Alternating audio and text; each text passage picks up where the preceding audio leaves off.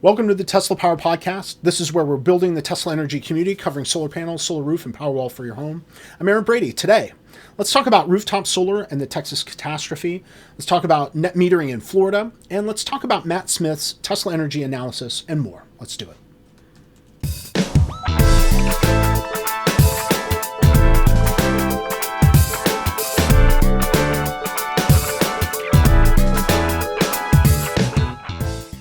As per usual, we'll kick off the pod with community input. You can participate in several ways. You can leave a comment below.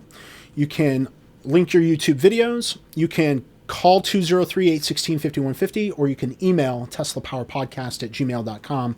For the bold and ambitious, record an unlisted video question in the YouTube app. Send the link so I can put your video question in the show. First up, we have Nexusly asking that I talk about the Tesla solar inverter's crappy Wi-Fi connection. Quote, I also think you should show the Tesla inverter Wi-Fi connection. It's kind of bad. It wouldn't allow me to update my inverter. It kept disconnecting, but it's all through this 192.IP address that's not easy for average users, end quote. And challenge accepted, though I hadn't understood why connecting was necessary in the first place. Once you've connected your inverter to your home Wi-Fi, which is usually done by the Tesla people before they leave, you can communicate with the inverter through your home Wi-Fi, and you don't need to use its built-in Wi-Fi connection. I was going to show you how to do it here on the podcast, but I can't stream from my phone when I disconnect it from my network. But I will say it wasn't hard. I do work with network connectivity in my day job, so maybe I have an unfair advantage. But pulling up the manual, we can see that there are some explicit instructions here. So if I take that full screen, these manuals are my favorite. There's not a lot of words. It's mostly pictures. And on the third page, it notes connectivity. If we pull up that page, we find the address we need. So over here, connecting to the Tesla inverter, we can see there's a sticker that has the SSID and the password, and then the IP address that we need down here. Once we're connected, then we can make the changes that are required. But it's not clear from this instruction set where that sticker is with the SSID and the password. So I shot a quick video showing how to open the inverter cabinet and where to find the SSID and password. So let me pull that up really quickly. So you can see here, these are my two inverters. I'm just walking over to one of them, and I'm pressing the button on the side that releases the latch. You can open the door to the cabinet, and you'll see the sticker on the lower right. And I have that sticker zoomed in as well. It's not immediately obvious from this frame where that is. You can see I've blurred it out so criminals can't hack me. Hashtag unhackable. But I believe, once you have all of that set up, then you don't really need to think about it again. And like I said, the guys from Tesla, they're the ones that do all of this connection and commissioning before they leave. Now, I think that you were needing to connect to your inverter because you were originally connected via 3G. And as you might know, 3G is being decommissioned. That doesn't seem to be a problem anymore, because now when they commission the systems, they're going to put the inverters on your home Wi-Fi, so this doesn't happen again. 3G is being decommissioned now. It'll be 4G, and it'll be 5G decommissioned in the future as they reallocate those spectrums. But it is possible you'd need to change your Wi-Fi settings, so this is something you may need to do in that case. People move, right?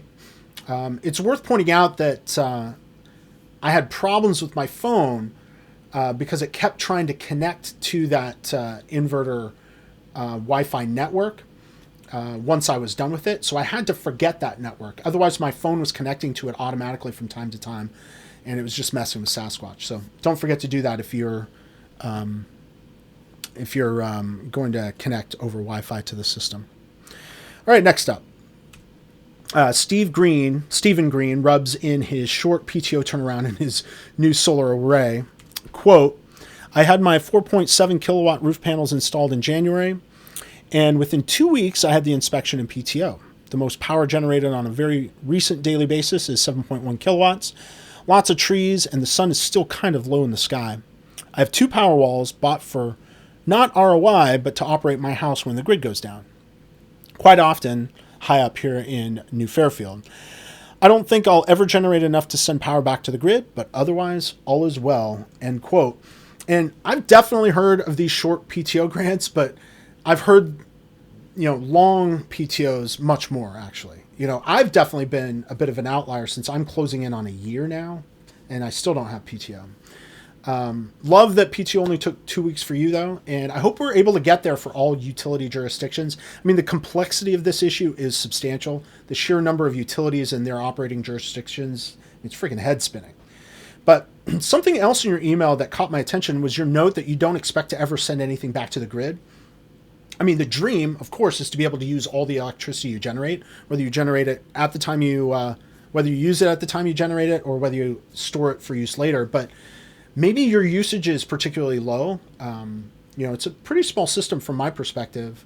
But I don't know, maybe you're just looking to use this as a perpetual generator, and you only are looking to charge the batteries in the event of a grid down event. I don't know. Congratulations, though, on the short PTO. Super quick. Congratulations. And thanks to Nexusly and to Stephen Green for your input. Let's hear from the rest of you. Send in your YouTube links, comment below, or call 203-816-5150, or you can email teslapowerpodcast@gmail.com. Let's take a quick break. When we come back, we'll get into the news.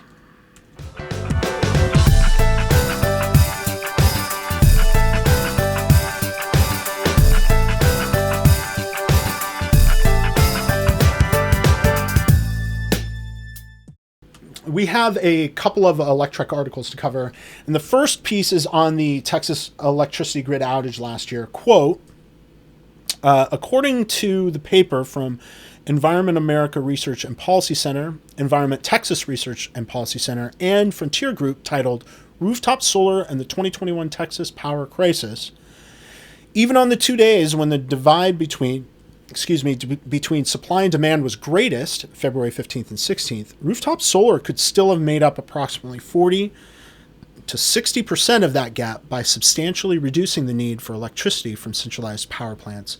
End quote. Unfortunately, unless 100% was covered, there wasn't going to be any avoiding the grid crisis. The most disingenuous thing from this report is that solar capacity isn't available when the sun isn't up, so this would have had to be backed up with battery capacity to make any practical difference at all. I appreciate the point here is that renewables can play a role in grid capacity, but we absolutely must consider the requirement for battery storage to make that capacity useful. A couple of things that became quite clear this first winter that I've had the Tesla solar roof is that solar panels, in contrast to the solar roof, are not zero maintenance. And so here's a couple of videos showing the system. This is the back of my house, the addition. And you can see that I don't have to do anything to get the snow to shed off. It's just going to happen on its own.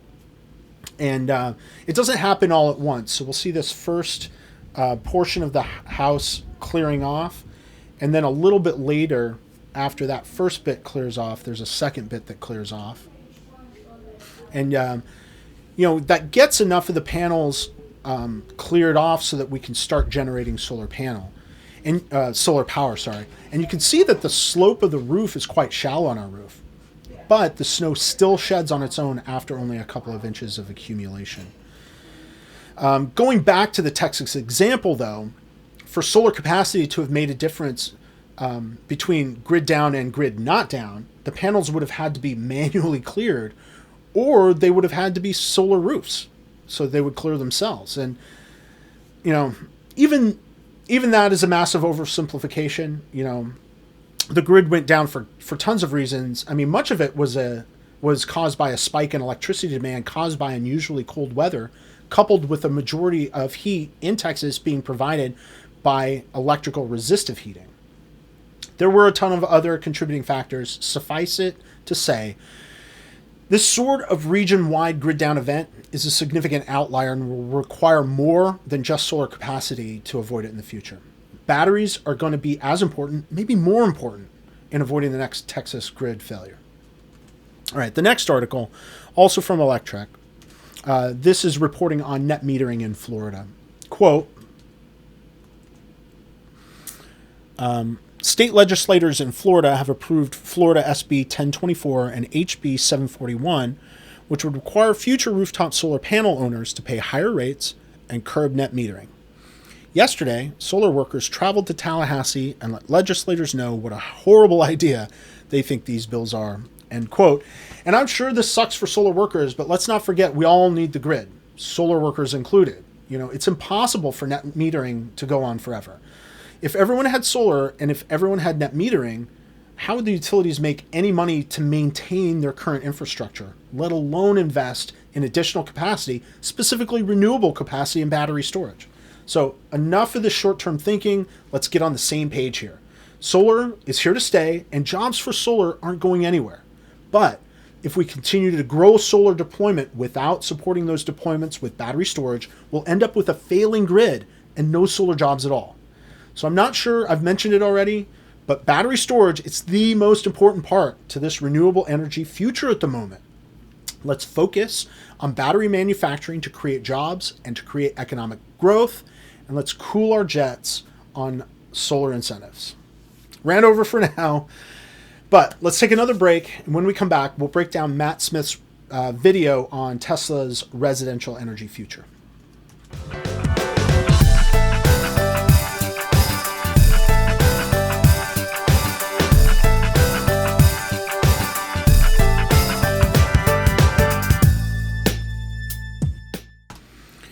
So I've been looking for more detail on the Tesla energy side of the business so I can better understand where this whole train is headed.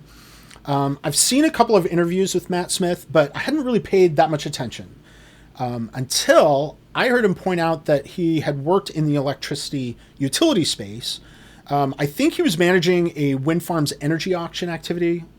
I think I have that right. But drilling in a bit, just with Matt and his different interviews, I found that he's produced a couple of in-depth videos on the energy market as a whole, and he's pointed out Tesla's potential to profit by participating in it. So his channel, Spark Spread, this has some really great education on the energy market in the United States. We're going to pull clips from two of these videos. One of them is this one down here, Tesla Energy 101. It gives us an overview of the energy market value chain. And then the other one we're going to pull from is Energy as a Service. It gets into the profit at scale that's possible with grid-related ancillary services. So go and watch those full videos. I put links below. I'm here just to cherry pick a couple of interesting points. Matt covers a lot of the relevant background detail, explaining where Tesla can make money with energy services and how they may be focusing their efforts to tap into that market at scale. He also points out that those revenues will be shared with the asset owners. That's you and me as residential Tesla energy customers. But first thing I want to do is take a look at this first clip. It's going to show us how the residential electricity bill in the United States is divided up.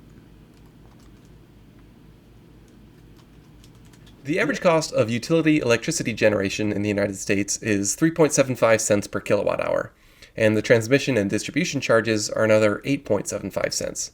So the average consumer ends up paying the utility 12.5 cents per kilowatt hour. Depending on the electric rate structure of your local utility, you probably pay for various fees and fixed charges on top of these energy charges. By contrast, the average cost of energy for someone installing Tesla Solar in a sunny location like California could be as low as 2.5 cents per kilowatt hour, or just a fraction of the utility rate. Adding in power walls, or installing these in a less sunny region, will increase this net cost, but in many cases, Tesla Solar will be much cheaper than utility-provided electricity. So, Matt sees the potential in residential solar sales rather than at utility-scale solar deployments. It's true, Tesla does offer solar panels to take advantage of the utility scale generation portion of this market, but they aren't competitive at grid scale. And, they aren't granted monopoly access like many utilities are. So Tesla is, however, able to sidestep the transmission and distribution portions of this rate by allowing residents to produce their power on site. This is their residential energy storage business so far. And let's be honest, it's not going that well. So let's see where additional potential might be hiding in the Tesla energy business model as they grow their install base. Next clip. For this reason, let's say that the net value Tesla is left with is $200 per home per year. but that this is an operating margin figure, after all revenue sharing and fixed costs are covered. We can now use this figure to hone in on the long-term margin potential of the business. Let's assume that in 2020, there were 250,000 homes which had this combination of solar, storage, and EV charging. In reality, there are more than 1 million Teslas already on the road, and probably a bit less solar than that. But not all these homes would be in an area that can participate in wholesale energy markets, even if Tesla tried to act as the aggregator.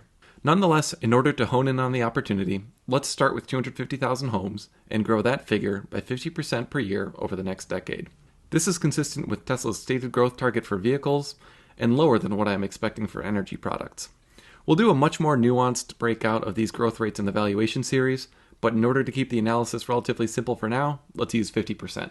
By 2030, that implies that over 14 million homes with DERs would be added to Tesla's virtual power plant operations. In aggregate, there would be 43 million homes. This is a compound annual growth rate of energy as a service of just under 70%. This equates to 2030 operating margin, just on the residential side, of $8.5 billion.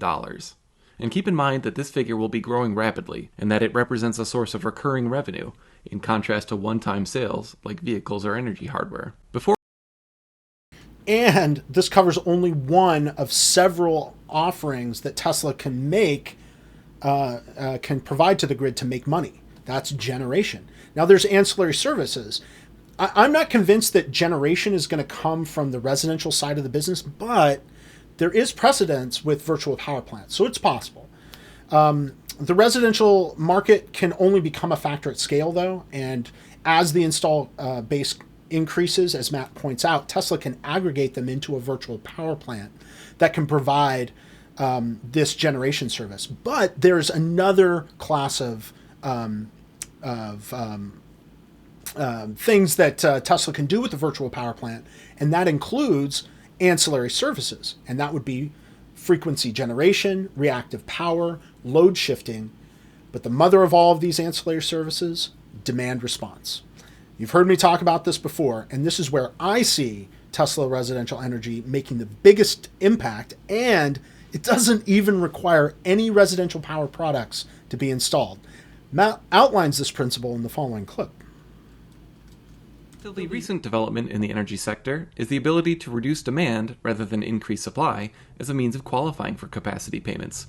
This is called demand response, and it comes into play for Tesla as they could potentially control large amounts of electric consumption, or load, via its huge fleet of EVs, which are frequently plugged in and charging, creating an opportunity for demand response. If Tesla introduces a home HVAC system in the future, this could further increase the load which Tesla can control, and thereby become a bigger source of value for managing capacity. Now, So, that means you don't have to sell any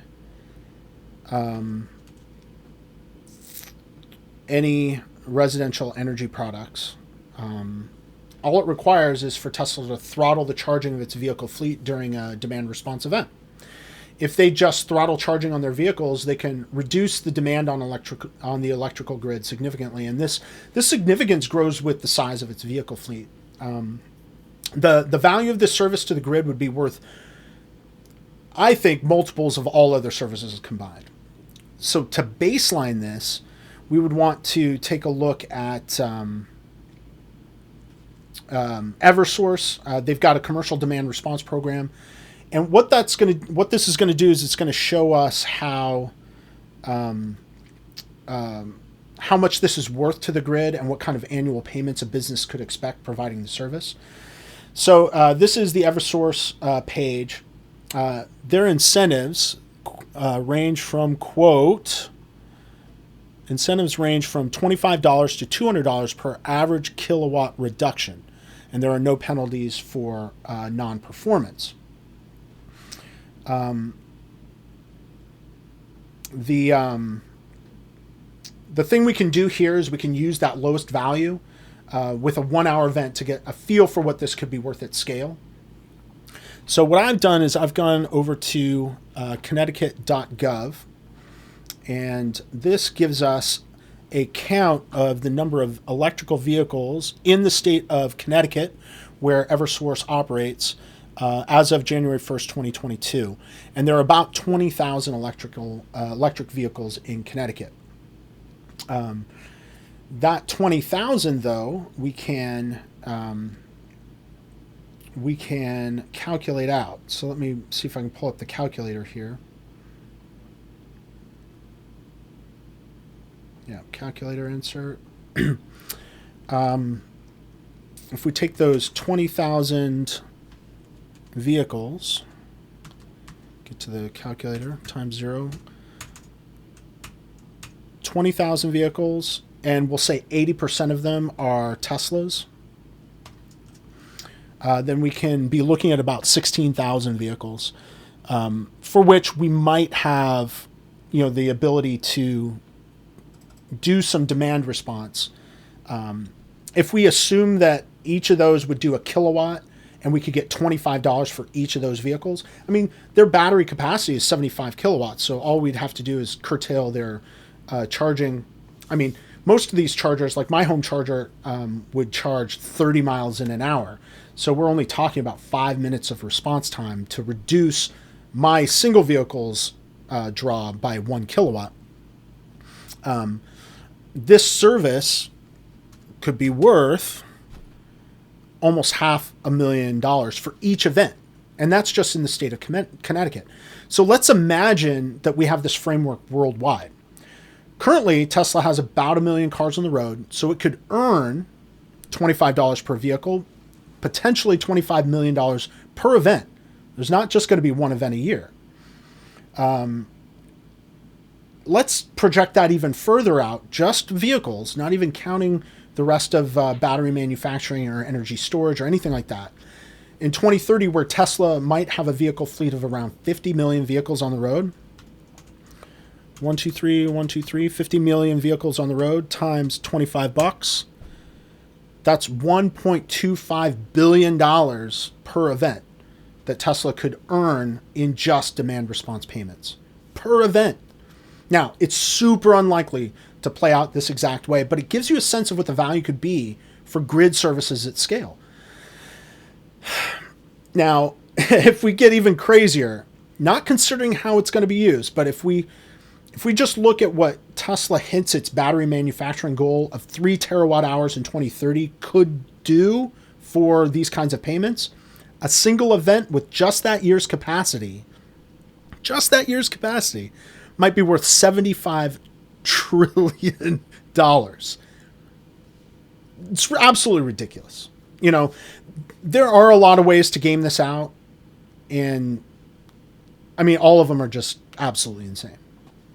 And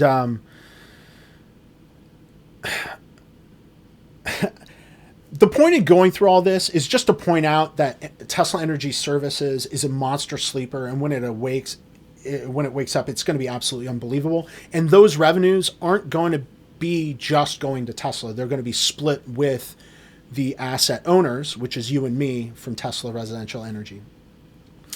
And don't forget that those numbers are all 100% profit numbers. There's no cost associated with them. It's all going to be software and service related. All of the capital has been outlaid already, by you and me, the asset owners. And all of this revenue is recurring. So every number I was just talking about is just per event. Now, it's never going to get that high, but even if it's a tiny fraction of those amounts, we're still just talking about dumb money.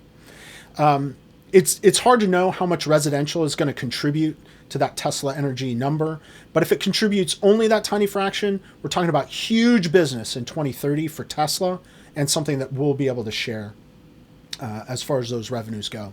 Matt points out that residential might be worth $8 billion in profit per year, as we saw in that clip. Again, that's recurring revenue with no cost. That's just straight up bottom line profit. So really interesting to think about where Tesla might be going in the future and where residential energy fits into that. Thank you, Matt Smith, for putting your research out in the world. I'd love to chat, so reach out and we'll book a podcast. And that'll do it for episode 44 of the Tesla Power Podcast. Let's do our part to keep the Tesla energy business growing. Use my referral code, and you can save $500 on a solar roof and $300 on solar panels.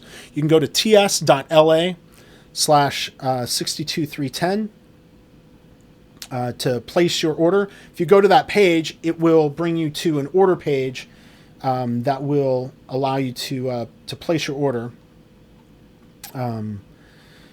Once you've placed your order, then after you get PTO, then you would get that $500 reward for the Tesla Solar roof, and then the $300 for Tesla Solar. Again, let's all do our part. Let's buy those Tesla residential energy products and get ourselves going toward this incredible future. Anyway, I'm Aaron Brady, your Tesla residential energy community organizer. Let's do this again on the next video.